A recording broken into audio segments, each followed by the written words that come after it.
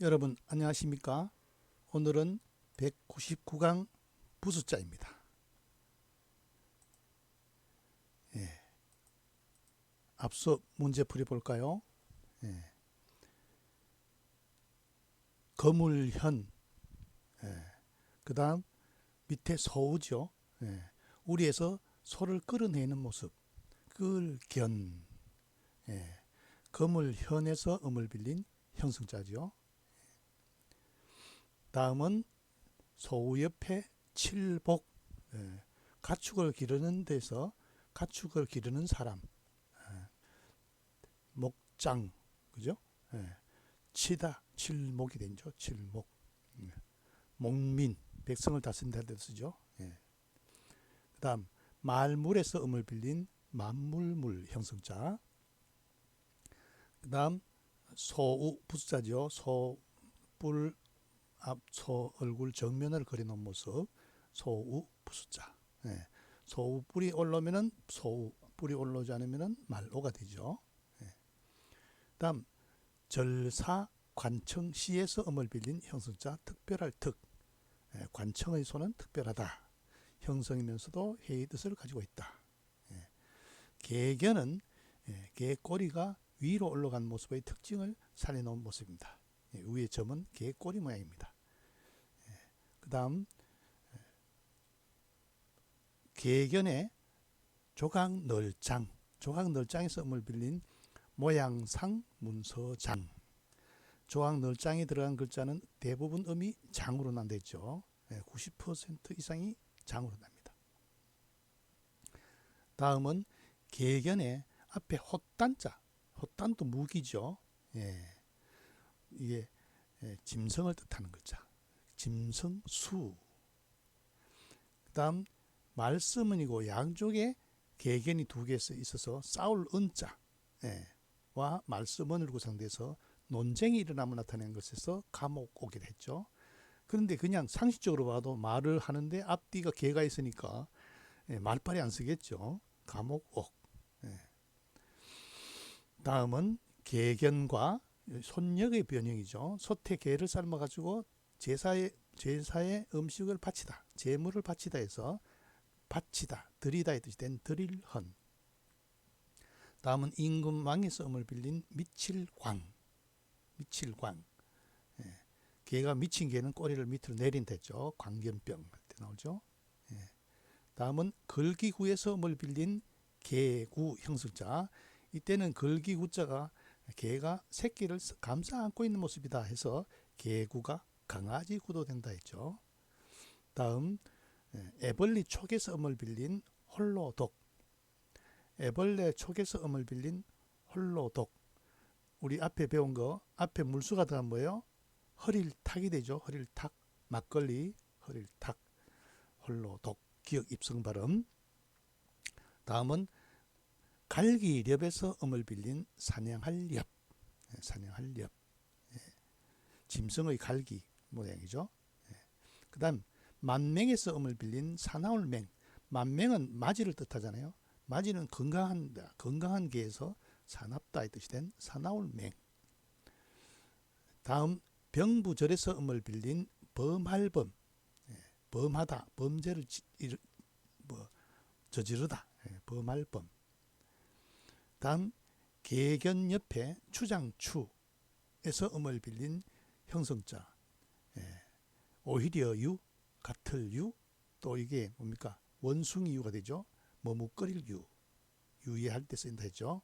오히려 유, 같을 유. 다음은 자확에서 음을 빌린 얻을획 형성자죠. 끌, 견, 칠목, 만물물, 소우, 특별할 특, 개견, 모양상, 문서장, 짐승수, 감옥옥, 드릴헌, 미칠광, 개구, 홀로독, 사냥할 렵, 사나울맹, 범할 범, 오히려 유, 같을 유, 얻을 획. 오늘 수업 볼까요? 오늘은 거물현 부수입니다. 거물현자는 아래에는 실타래 모양, 자글요 실타래 모양이죠. 위는 실타래를 묶음 매듭 모습입니다. 그래서 염색하는 실의 모습에서 염색을 하다 보니까 실이 검 따이듯이 됐다. 예, 염색하는 실이다. 밑에 자글요고 위에가 있어서 소뚜껑을 덮어서 밑에가 어둡다. 이렇게도 설명하는데 그렇지 않습니다. 실타래가 실을 염색하는 모습에서 검 따이듯이 된 글자다. 예. 비율율 거느릴 솔. 비율율 거느릴 솔도도 이 입성 발음이네, 그죠? 예. 중국 발음에는 쏴이, 쏴이 이렇게 발음됩니다. 예. 비율율 거느릴 솔. 예. 상형자입니다. 예. 새를 잡는 원래 거물이죠. 예. 갑골문에 보면 새를 잡는 거물입니다. 의미가 확대돼서 거느리다의 뜻이 된 글자죠. 솔직하다, 거느리다의 뜻이 된 거죠. 비율율 거느릴 솔. 인솔한다 할 때 거느리다의 뜻이죠. 예. 다음 이자. 이자는 이자는 이것 하는 디스란 뜻이죠. 이자는 두 개의 거물 현자죠. 예. 본래는 실인데 여기서 위에다가 실타래인데 위에다가 풀초를 넣어서 지시대명사의 뜻 이것이 되었다. 예. 밑에 실타래인데 위에 풀초가 들어가서 지시대명사 이것 이자가 됐다. 예. 거물현은 부수자죠. 실타래 모습, 실타래의 염색을 해서 검게 되었다라는 뜻을 가지게 된 글자입니다. 예. 거물현 부수에 해당되는 글자는 준상급의 비율율 거느릴 솔, 3급의 이자, 준3급의 거물현 이 세 글자가 해당됩니다. 자, 다음은 구슬옥. 자, 구슬옥자도 글자가 두 개죠. 하나가 아닙니다. 그렇죠? 구슬옥은 줄에 꿰인 옥의 모양을 본다. 옥을 뭡니까? 옥이 서말이라도 꿰어야 보배직한데 옥은 꿰어야 보배죠. 옥을 이렇게 줄로 꿰어낸 팔찌를 만든 모습이죠. 예, 옥입니다. 옥. 예. 그런데 주의할 것은 임금왕은 무슨 부수일까요? 임금왕은 구슬옥 부수입니다. 한획이 적은데도 부수자가 되는 거죠. 왜 그러냐? 임금왕자 옆에 글자가 붙으면 임금왕은 구슬옥으로 바뀝니다. 임금왕이 홀로 있을 때는 임금왕이지만은 임금왕이 글자가 오른쪽에 붙었다 하면은 모두 구슬옥으로 바뀐다는 것을 기억하셔야 됩니다. 자, 다음 볼까요?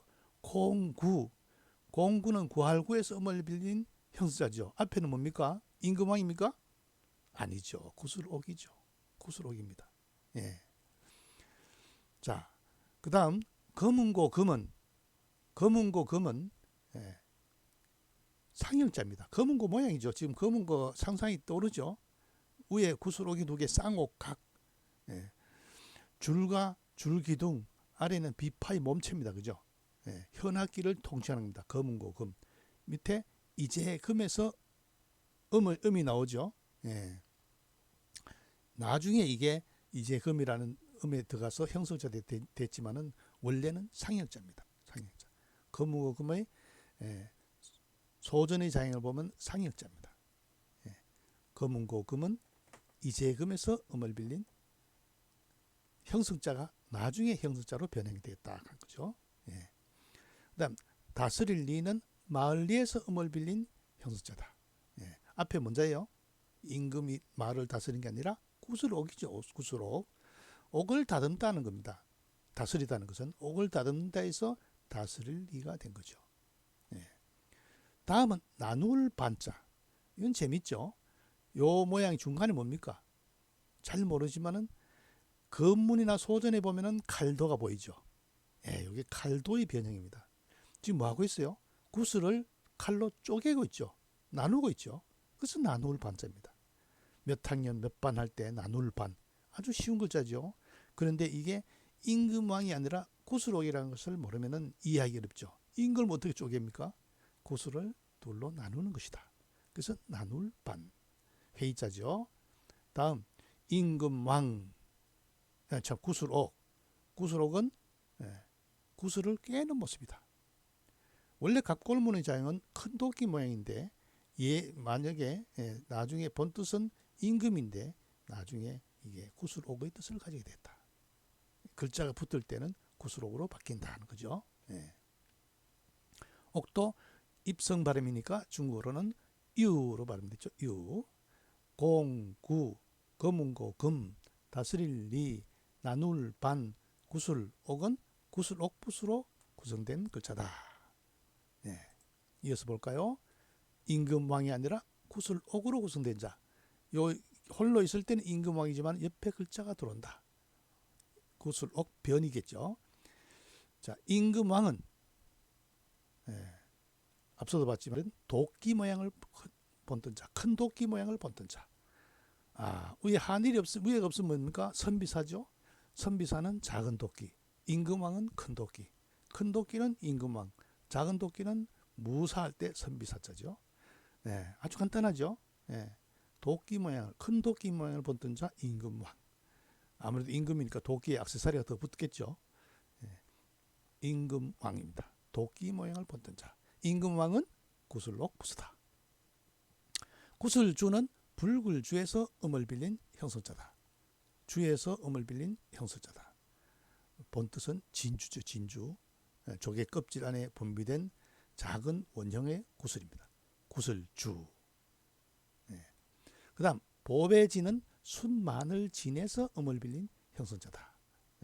본뜻은 주옥이죠. 이것도 마찬가지 보배입니다. 보배. 앞에가 구슬주지요. 좀 뭡니까? 구슬옥이죠. 구슬옥 부수. 다음 고리화는 놀라서 볼 경자에서 음을 빌린 형성자다. 놀라서 볼 경에서 음을 빌린 형성자다. 고리화는 앞에가 뭡니까? 구슬옥이죠. 구슬이니까 구슬은 뭡니까? 둥그겠죠. 그래서 우리가 가락지를 뭐라 하느냐? 옥지환하죠. 옥지환. 고리환, 환경할 때 주위 환경 둘러 있다는 거죠. 고리환, 환경환, 그죠? 놀라서 볼 경에서 음을 빌린 형성자이다. 다음 나타날 현. 나타날 현은 이게 볼견도 되고 윗사람을 뵐 때는 뵐 현이 되죠. 그래서 현에서 음을 빌린 현자입니다. 뭐가 나타났어요? 구슬이 나타난 거죠. 구슬이 나타나서 옥이 빛이 난다 해서 나타날 현. 현대할 때 쓰죠. 나타날 현. 임금왕, 구슬주, 보배진, 고리환, 나타날 현은 구슬옥 부수의 글자다. 그 다음에 요 뭡니까? 고리환은 뭡니까? 요 글자를 보면은 놀라서 볼 원래 뭡니까? 건문의 자형은 오른쪽만 있습니다. 눈목과 밑에 오디와 앞에 옥, 동그라미가 옥이죠.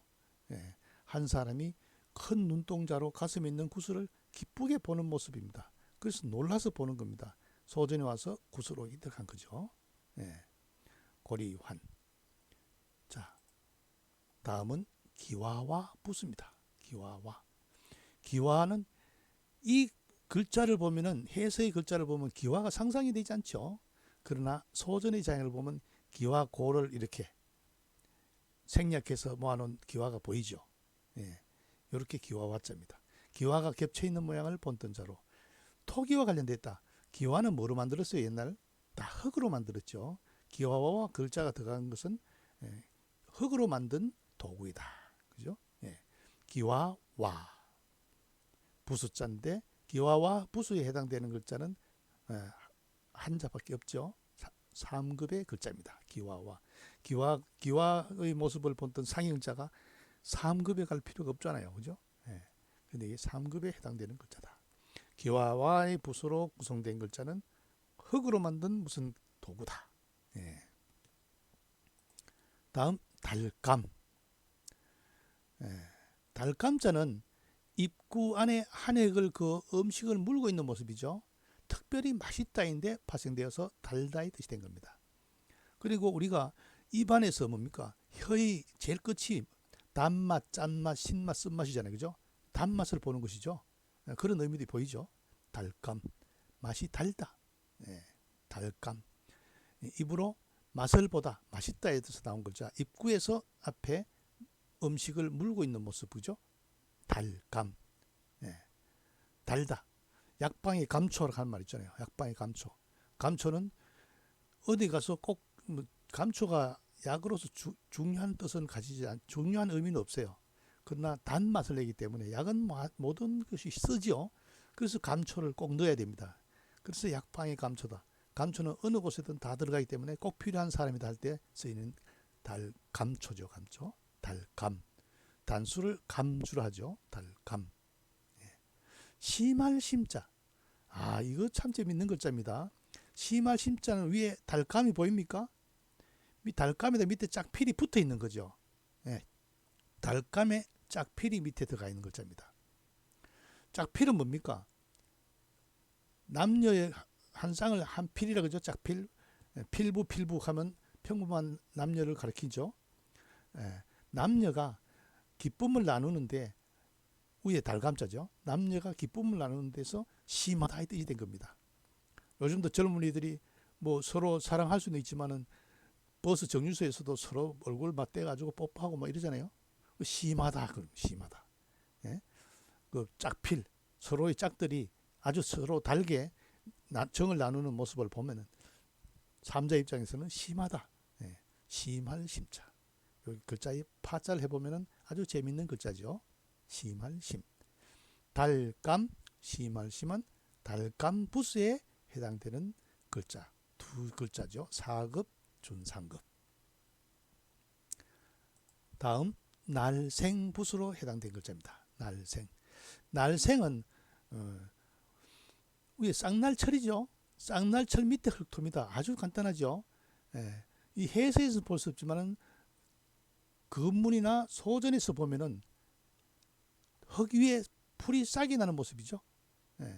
땅을 뚫고 싹이 뭡니까?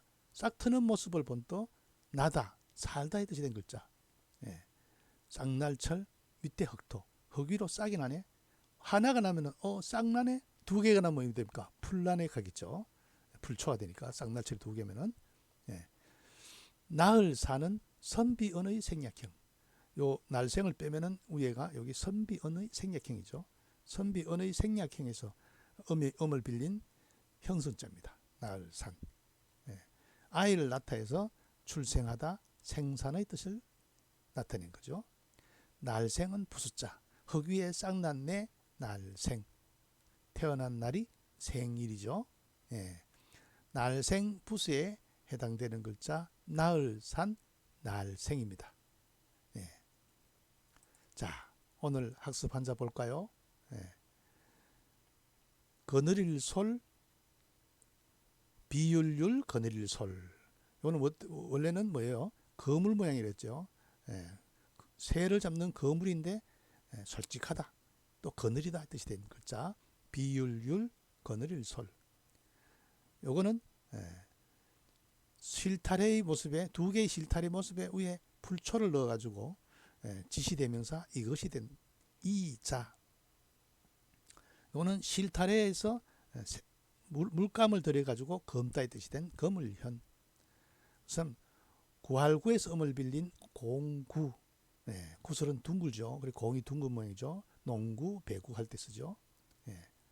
다음은 원래는 거문고의 모습을 본뜬 상형자인데 나중에 이재금에서 음을 빌린 형성자가 되었다. 거문고 금. 다음 앞에가 임금왕이 아니라 구슬옥이죠. 구슬을 가공하는 데서 말리에서 음을 빌린 다스릴 리. 구슬을 칼로 쪼개는 모습에서 나눌 반. 구슬옥 부수죠. 구슬을 줄에 꿰어 있는 모습.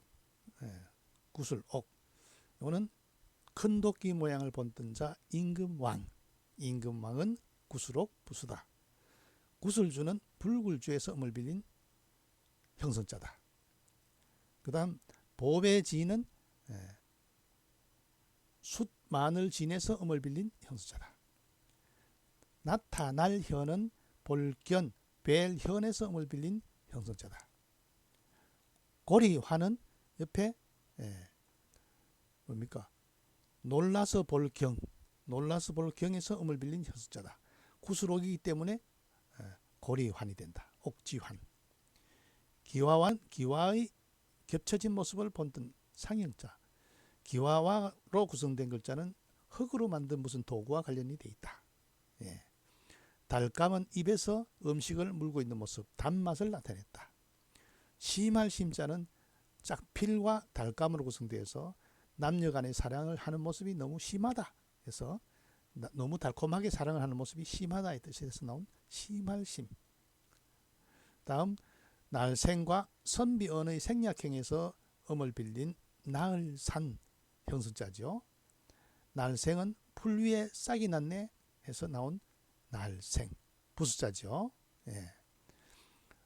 비율율 거느릴 솔 이자 거물현 공구 거문고 금 다스릴 리 나눌 반 구슬옥 임금왕 구슬주 보배진 나타날 현 고리환 귀와와 달감 심할심 나을산 날생.